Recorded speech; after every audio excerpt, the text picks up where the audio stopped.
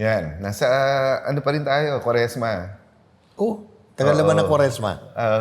40, ano na araw, no? Oo. Isa sa aspeto ng Kwaresma, syempre, yung pagbabalik loob. Oh, So let's talk about confession. yes.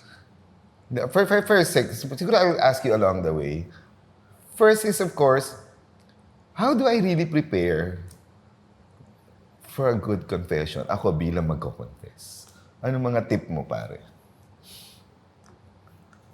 Wow. Ang una siguro is a desire.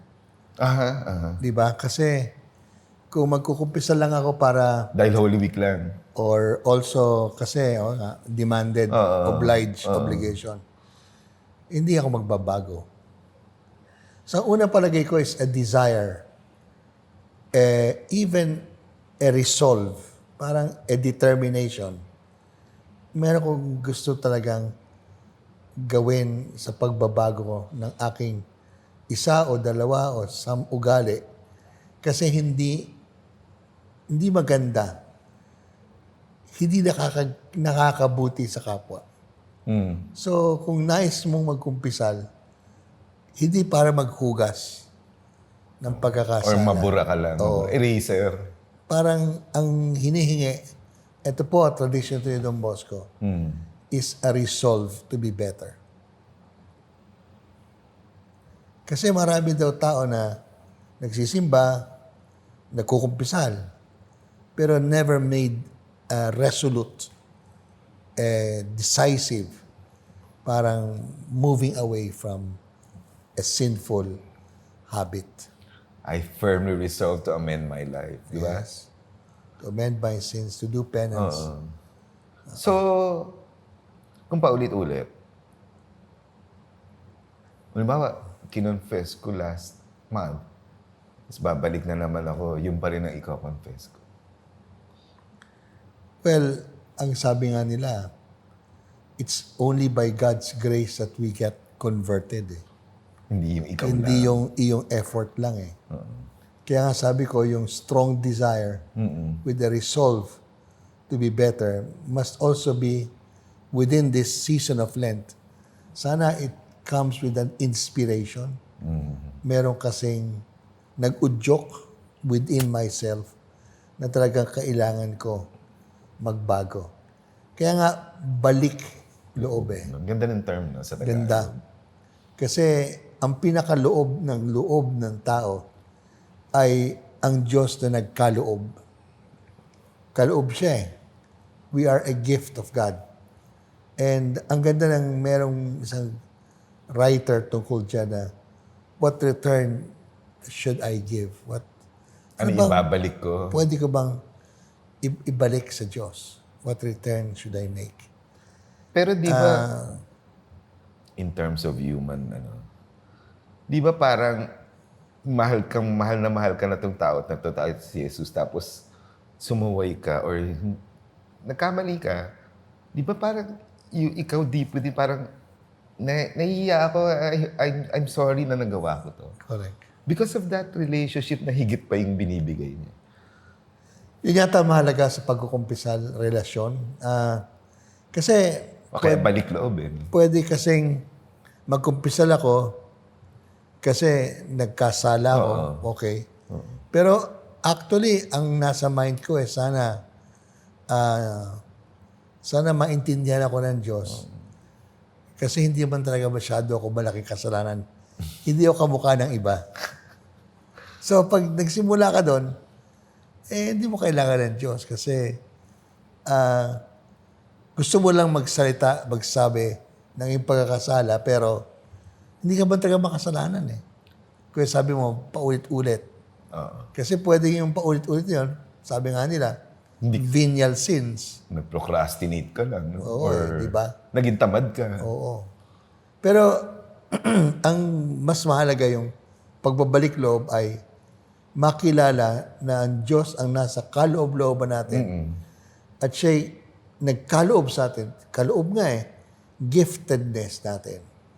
Ang tanong talaga sa pagkukumpisal ay, what return can I make? Ano yung talagang tunay kong masasabing gift ko sa Diyos. Di ba, it's my honesty, my deep honesty, but also my contrite spirit. A humble, contrite heart, you will not spurn. So yung being humble would mean, kilala ko, hindi ko kaya to. Yung aking, sabihin natin, masamang ugali, hindi ko to kaya by myself. So kung kinukumpisal ko man, alam naman ng Diyos na eh.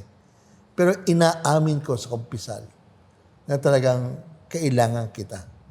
Kailangan kita, Panginoon. Kailangan kita. Tapos, that sacrament gives you a grace, right?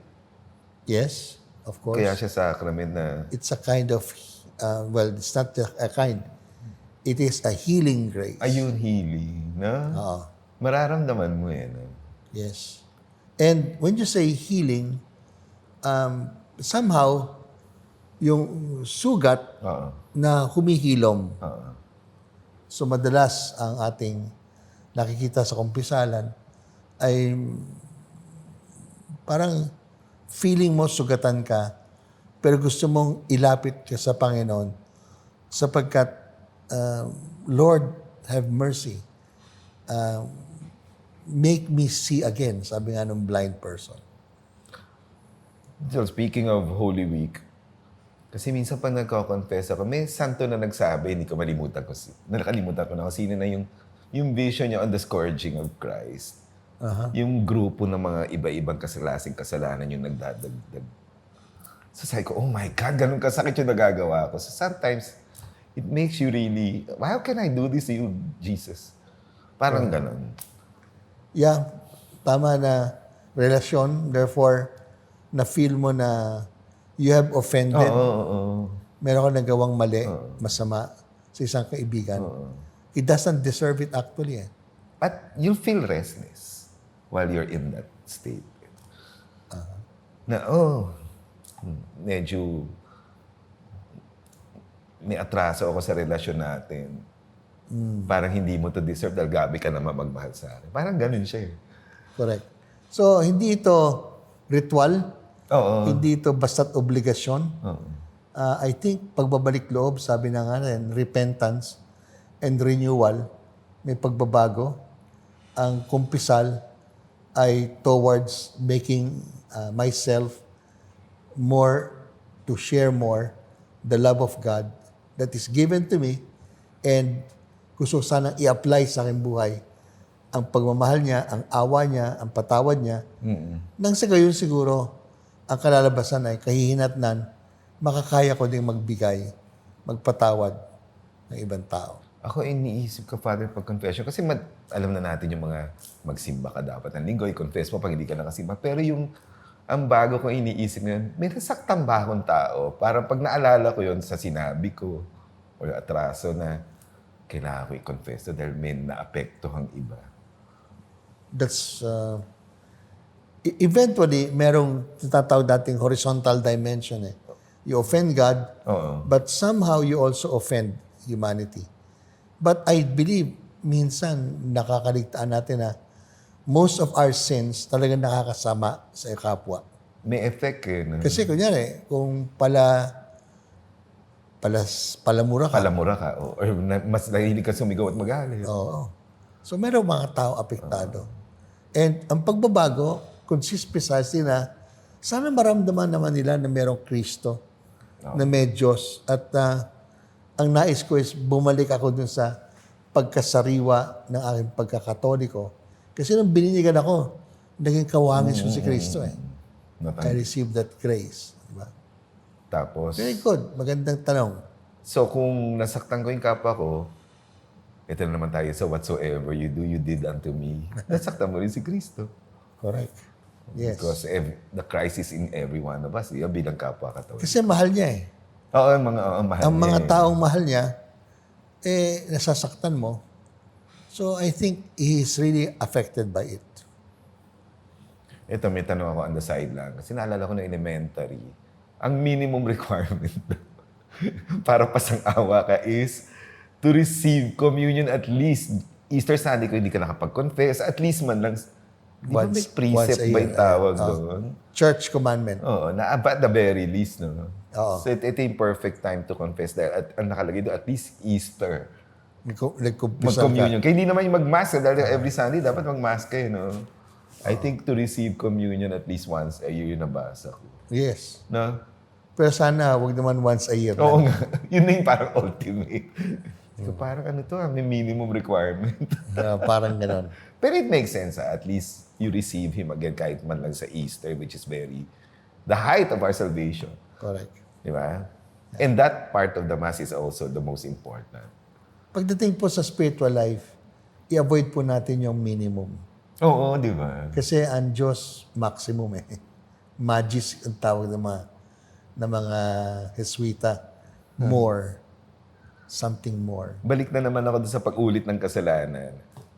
Sometimes siguro naman, di ba, nag-confess ako ngayon, siguro yung next confession ko, mga 3 times ko na lang ginawa in 2 months. Tapos yung pagbalik ko 1 beses na lang, I mean, somehow siguro naman may spiritual growth. Dapat lang. Na? Dapat lang. Otherwise, we'll be stagnant. And you know, when things do not grow, they actually start to die. Pero sabi mo nga, with God's grace, pwede mo idasal yun. Hindi ko kaya, ang hirap i-give up. Di ba? Talaga tama ka, you cannot do it alone. You can only do it with God. Yes. And actually with Mama Mary, you ask for prayer. Then yung rosary nga. Oo. Di ba? Yung devotion to Mary can help you eh. Yes. Di ba? Kasi siya, itutuloy ka rin niya eh. Tutulungan ka rin niya eh. Kaya sabi niya, Holy Mary, Mother of God, Pray for us sinners, di ba? pray for us sinners. Now and at the hour of our death. Yes, pero yung pray for us sinners is, Oo, ang galing. mahalaga yun eh, sa mahal na birin. Sa pag nag-a-apparisyo siya, yun ang pinapahalala niya. Share. Di Repentance. ba? Which hurts her son the most. Yes. Kasi mahal niya din. Mahal Yun, na mahal niya ang kanyang anak. Di ba? At nais lang niyang ilapit tayo sa kanyang anak. Ibalik na. Naging part ka ng pamilya pa rin. Pagbabalik loob. Ang ganda. Yun ang pagbabalik loob eh. And most of the time po, humihiwalay ka eh. Hindi sa Diyos ha, madalas hinihiwalayan mo ang iyong kapwa. So pagbabalik loob means bringing myself back to a community, to a sense of belonging to somebody, to my family or to my friends. Yung pag-ignore, ito na naman tayo sa sin of omission. Madasalin ka, alam mo yung mga readings ni God. Pero yung nabubulag ka na may taong hindi mo napabayaan mo na o hindi mo napapansin. Kino-confess yan, di ba? Siyempre, merong sins of omission Oo, yung sins of omission. as the sins of commission. At ngayon, nandito na po tayo. I am actually every day creating an examen of consciousness with ecology. Kasi meron daw ngayong mga kasalanan talaga na matindi pa eh. Kasi pag ecological ang kasalanan mo, ang daming taong sangkot. Buong sangkatauhan. Well, because it's In a one common home. planet. In one planet. In a common home. So, somehow, kung merong fratricide, may homicide, di ba? Homo means man. Fratricide means brother. True. Merong Genocide. suicide, yes. Myself, Ni genocide. merong ecocide. Wow.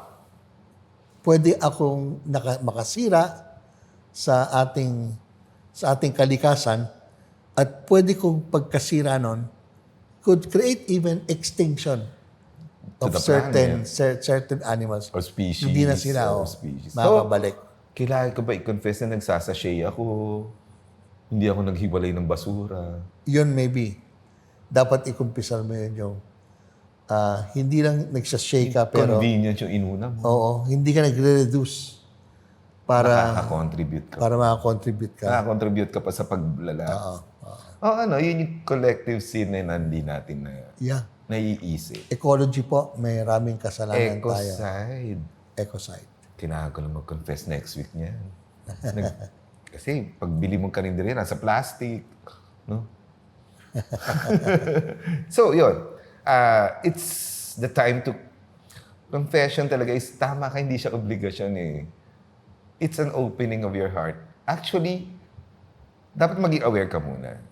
na nagkamali ka. And then the humility to, sorry God. Mahirap din yun, Sometimes kasi you think wala kang nagawang mali.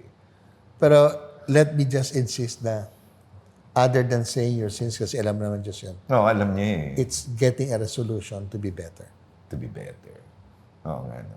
Ang ganda, tama, to be better. Let's be better, kaya lalo na pa sa paghahanda ng muling pagkabuhay ni Kristo para masama naman tayo sa victory niya over sin and death. Ano? Renewal.